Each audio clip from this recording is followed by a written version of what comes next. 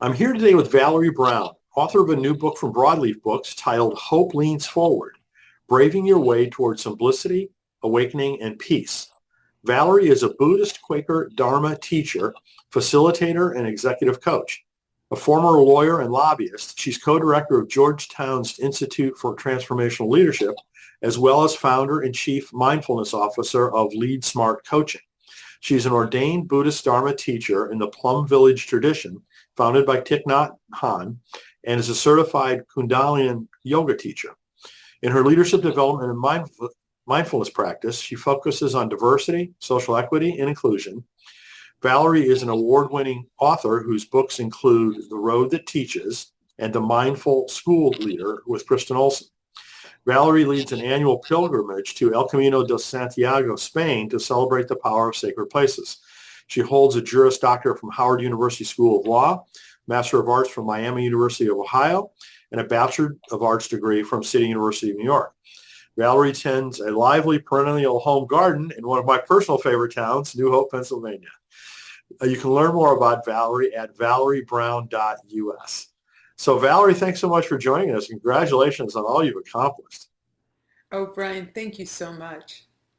Well, it's really a pleasure to get to know you and, find out about your work. So I'm glad we were able to connect here. But Absolutely. before we get started, could you just tell people a little bit more about your background? What else would you like people to know about you? Yeah, well, again, thank you for this opportunity to be introduced to your audience.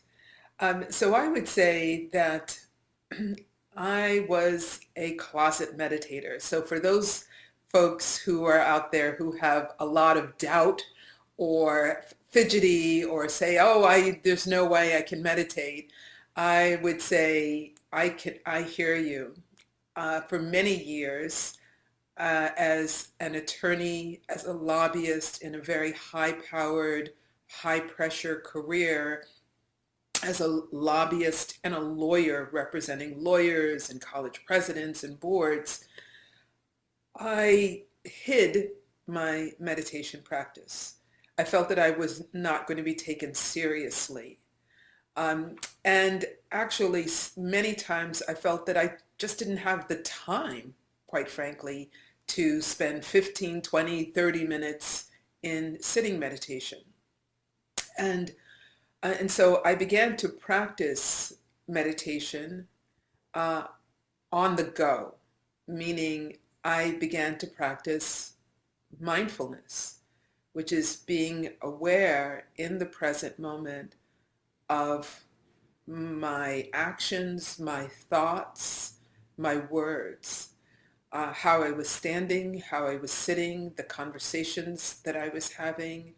And little did I know that that practice was the practice of meditation. And so that practice combined with the study of mindfulness and meditation with this extraordinary teacher, Zen master Thich Nhat Hanh, and with the Plum Village community, lots of ups and downs, lots of brushing myself off, trying again, struggling with my own mind and with my own very busy monkey mind, that I learned a lot about myself and a lot about the practice of how to bring this kind of equanimity into my daily life. So I think that I really do resonate with people who say, I don't have time, I can't meditate, it's not for me. I hear that and I'm with you. And there's a way. There are options. I struggle with that myself. I mean, I spent most of my life in a high-tech career, which, similarly was very fast-paced and, consuming. And my personality doesn't lend itself to sitting still trying to meditate. So I still need to learn that. But obviously it's been incredibly valuable for a lot of folks. So I totally respect that. So one of the things I'd like to have you talk about a little bit is something I mentioned during the introduction was that you're a Buddhist Quaker. Can you explain to folks what that means? Yeah, so simply that means that I have two faith practices. I am an ordained Buddhist Dharma teacher in the lineage of the Plum Village tradition. It's often considered a lineage that is deeply engaged, meaning that the practice is about the engagement of life in the present moment and an action that is based on skillful means with an ethical component for the benefit of ourselves and others. This is the life work and the life teaching of Zen Master Thich Nhat Hanh. And I began studying Buddhism, and particularly uh, the Plum Village, in the Plum Village tradition, in 1995. And in 2018, I was ordained as a Buddhist Dharma teacher.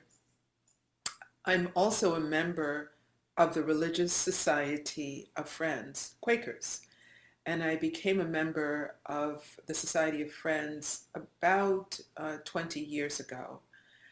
I find that both of these religions, these faith traditions, share so much in common. The ground of simplicity and peace is very much in common. The practice of sitting in silence and meeting for worship, and the practice of a meditation are very, very, very similar. The belief that there is that of God in every person, and in the Quaker tradition and in the Buddhist tradition, seeing that each person carries with them a Buddha nature, a sense of their own inner wisdom, their own inner goodness, um, their own inner Buddha. Um, so there are many, many similarities. I have to say I was raised Roman Catholic and went to Catholic school for 12 years. So that is foundational for me. You know, as a child, I was very much drawn to silence and prayer. It was a part of my life. My mother and grandmother were Catholic, and so this was also foundational. And early on, I began exploring um, other religions outside of Catholicism. So I started studying the ethical humanist framework. I began exploring Kundalini Yoga and Sikhism. And even to this day, I have a daily practice of Kundalini Yoga. I began this morning with an hour of pranayama, or breath work. And so this is a deeply ingrained part of how I live my daily life. And coming to Buddhism and Quakerism was an organic process. Wow, that's really cool. I, I talk with a lot of folks, about their faith journeys, and I think this is the first that I've, encountered someone that's got uh, your type. I mean, everybody's different, obviously, but yours is very, very unique. It's great. So one other thing, I understand you completed facilitation training at the Center for Courage and Renewal, which is co-founded by our friend Parker Palmer. Can you talk a little bit about that experience? Yeah, absolutely. When I think of some of the life events that have been transformative for me, certainly my training at the Center for Courage and Renewal would be among the most foundational. And I use the practices that I learned in that training every day. So let me just back up and say that even before I trained as a facilitator, I believe it was in 2008, if I'm not mistaken. It's a 2-year training. Maybe it was 2009, but somewhere in there. I had already been a member of the Religious Society of Friends. And not only was I a member of the Religious Society of Friends, was I a Quaker, but I was writing for Quaker journals, and I was actually teaching at one of the most important Quaker institutions in the United States, a place called Pendle Hill. Now, this place is a Quaker retreat and study center, but what makes it so foundational for the Center for Courage and Renewal, this is the place where Parker Palmer was the executive director for something like 11 to 12 years. Pendle Hill had a tremendous influence on Parker's life, his writing, his thinking. And he speaks about this all the time. So I had been a teacher at this place, at Pendle Hill, at that point for a number of years. And so I had experienced Quaker faith and practice. I had experienced the community. I knew what Parker was talking about firsthand because I was living it. And when I had an opportunity to do the training with Parker and the other co-founders of the center, Rick and Marcy Jackson, I didn't hesitate because it so resonated with me. One of the great gifts of my life has been with studying and practicing with these enormous giants in their field, people like Parker Palmer and like Thich Nhat Hanh, and to have had many years with both of them, I consider a great gift. And I've actually, more than a gift, I feel it's a duty to pass on the wisdom, the teachings, the knowledge that I have gained from these people and many others, and express it in my own way. Mm-hmm. Wow, that's very powerful. Thank you for sharing all that. So let's talk about books. But before we get into the new one, you have some previous books that you already published. Would you like to touch on those a little bit? Sure. Share with folks what they're about? Yeah. So even before I published my first book, I started writing articles, particularly for Quaker publications, for Pendle Hill, which has a publishing arm. I wrote pamphlets, which is extended essays on Quakerism and Buddhism to help people understand the connection between these two great world faith traditions.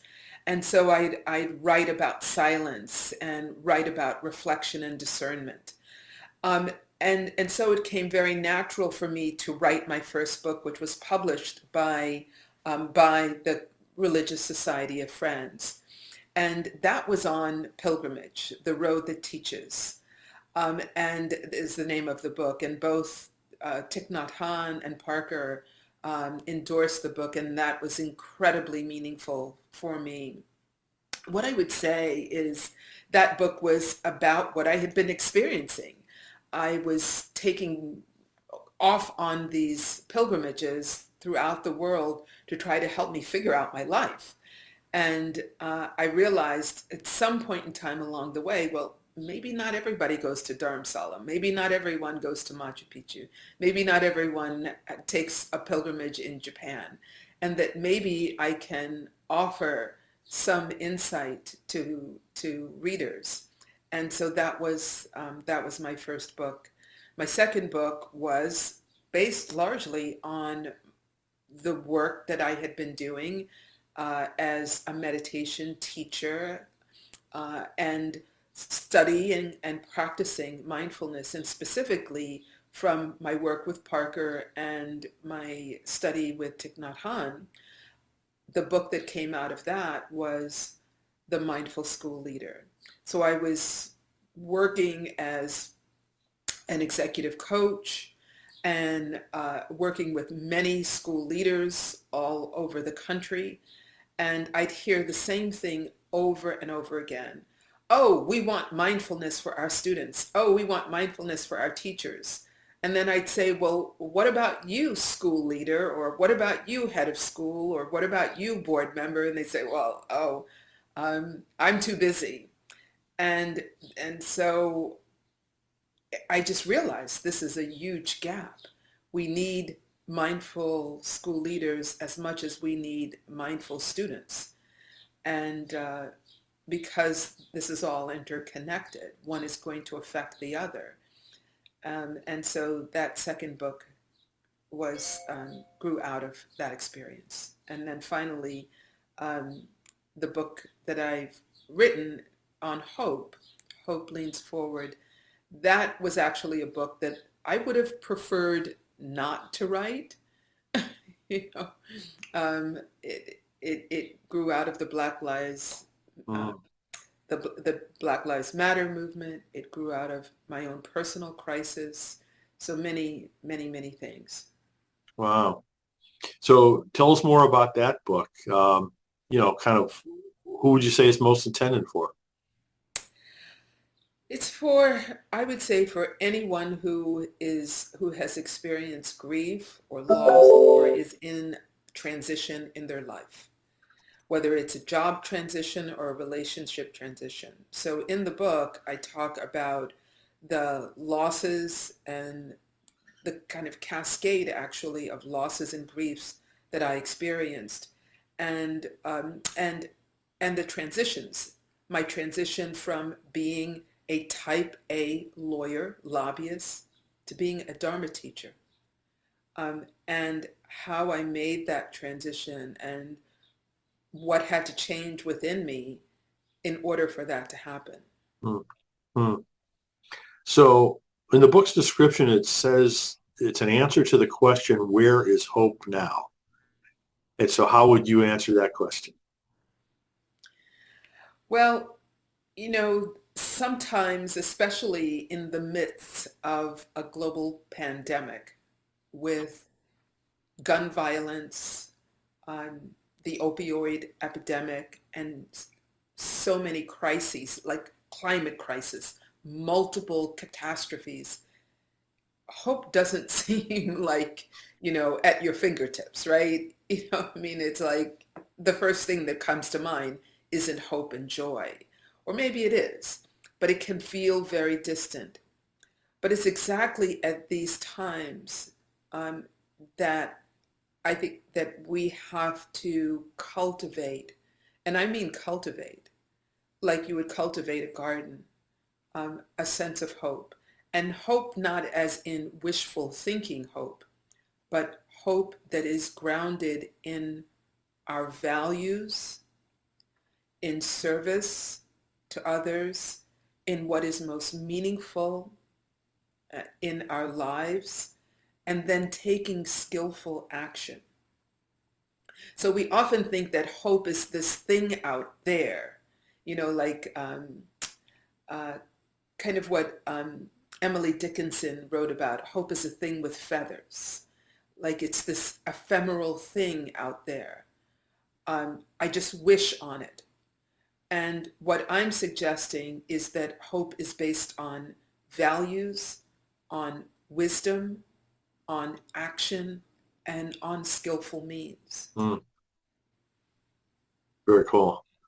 So if I could, I'd like to read a couple of endorsements for the book. This one's from Paul Ingram, who says, each chapter is an exploration of one of 7 factors of awakening of Buddhist teaching and practice: mindfulness, investigation, energy, joy, tranquility, concentration, and equanimity, in dialogue with Quaker tradition. In particular, Valerie writes as a Buddhist Quaker grounded in her practice of Kundalini yoga. The end result is an excellent example of how the practice of interreligious dialogue, more often than not, expands one's faith journey in unexpected and creative ways. So can you talk about the last part, how you feel that interreligious dialogue expands our faith journey? Yeah, so there have been many, many studies, particularly like if you look at the research from the Pew Foundation. We know that many people identify as spiritual and not necessarily religious. And actually, we've seen for many decades, I believe it's Wayne Dwyer, certainly Mirabai Starr, there are many people who identify as interreligious. They see the connections between various faith traditions. Now, I don't mean this in a, I'm going to dip my toe in the water and take from column A, column B, and column C, as in a transactional approach, but immersing oneself deeply into a faith tradition and immersing oneself deeply into another faith tradition. So one of the things that Thich Nhat Hanh has written about and spoken about, uh, we often call Thich Nhat Hanh Thai. Thai is Vietnamese for teacher. But one of the things that Thai has said, and he's written about this in his book on Living Buddha, Living Christ. So he's written about this interreligious dialogue. And this has been written by many, many other people. Thomas Merton and many others have talked about this. And Thai has said that we don't lose our root, but we add to it. And so to Buddhism and actually to the root of Catholicism, I've added the teachings of the Buddha on the Four Noble Truths, or on what does equanimity mean? And to that I have added the teachings from Quaker faith and practice on what does simplicity mean, what does equity mean, and what I can see now, having studied and practiced these various faith traditions for a number of years, is how interconnected they are. So here's another endorsement. This one's from Reverend Seifu Anil Singh Malaras, Executive Director of Spiritual Directors International, who says, this wonderful book invites you in with its mix of warmth and empathy, skillfully blended with a sense of adventure, discovery, and fun. It is rich, yet meant to be carried lightly, practical, but in the service of the journey toward unknowing. Can you talk a little bit more about the journey toward unknowing? Oh, that's a delight. We live in an answer-rich culture. And as a lawyer, I got paid good money to give answers. And not just answers, but the right answer. In fact, the brilliant answer. My whole life was spent in being right, having the right answer. And there's benefit to that. And yet, there is so much that is beyond an answer. And that is in the realm of trusting our own intuition, in allowing ourselves to be surprised, synchronicity, play, discovery, awe, wonder, amusement, and I could keep going. These are beyond sort of the four corners of the answer.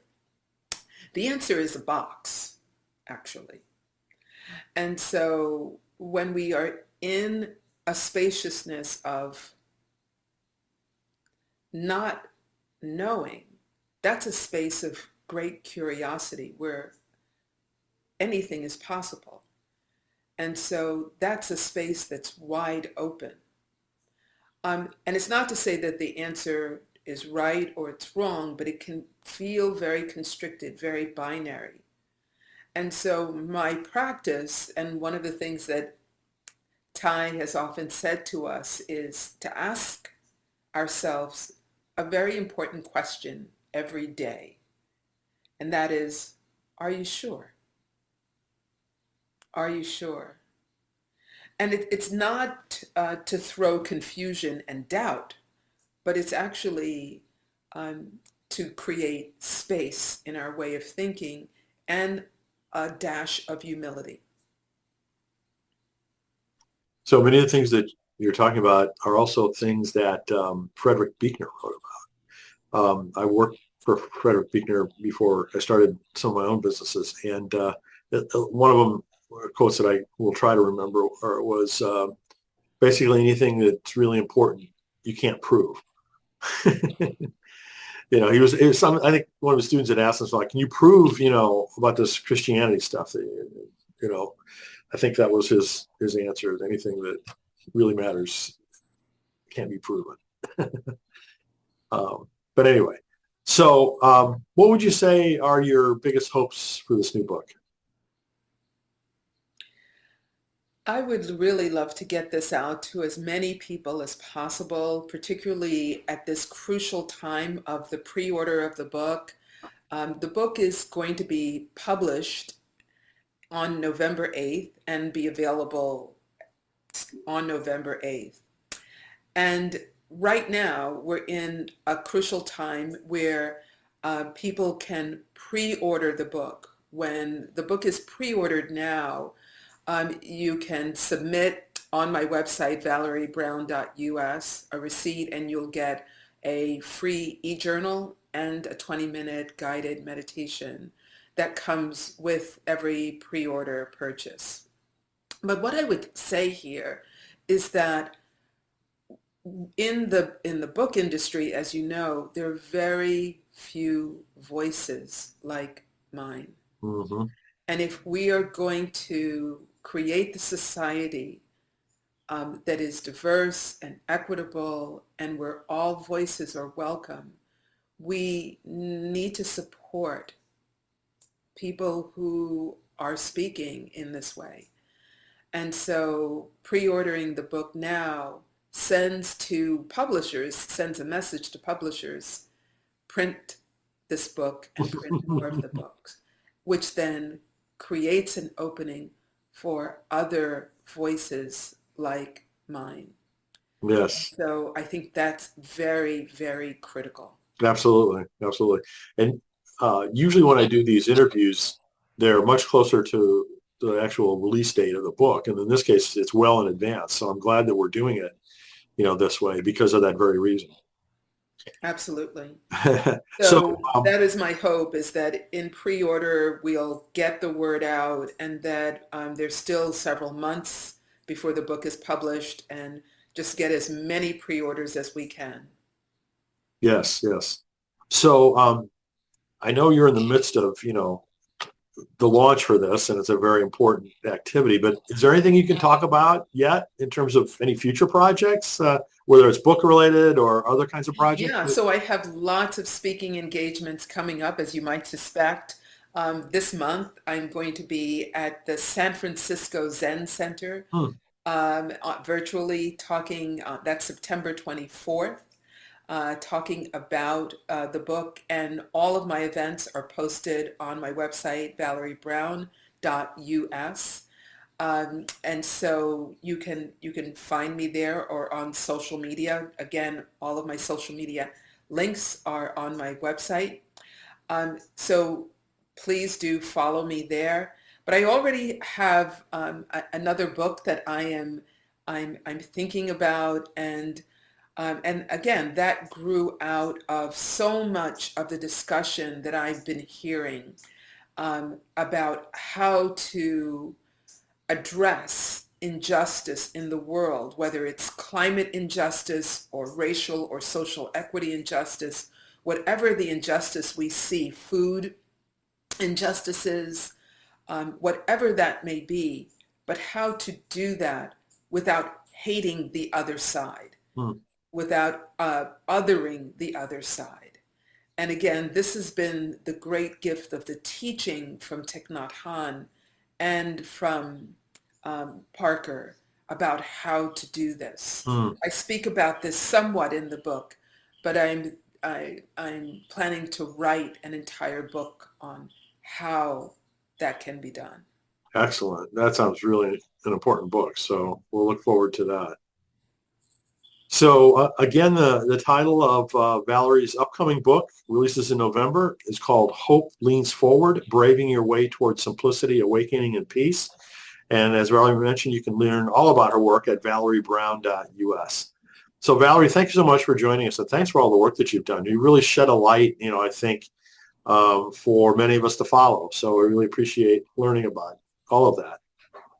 Brian, thank you so much. It's been a delight.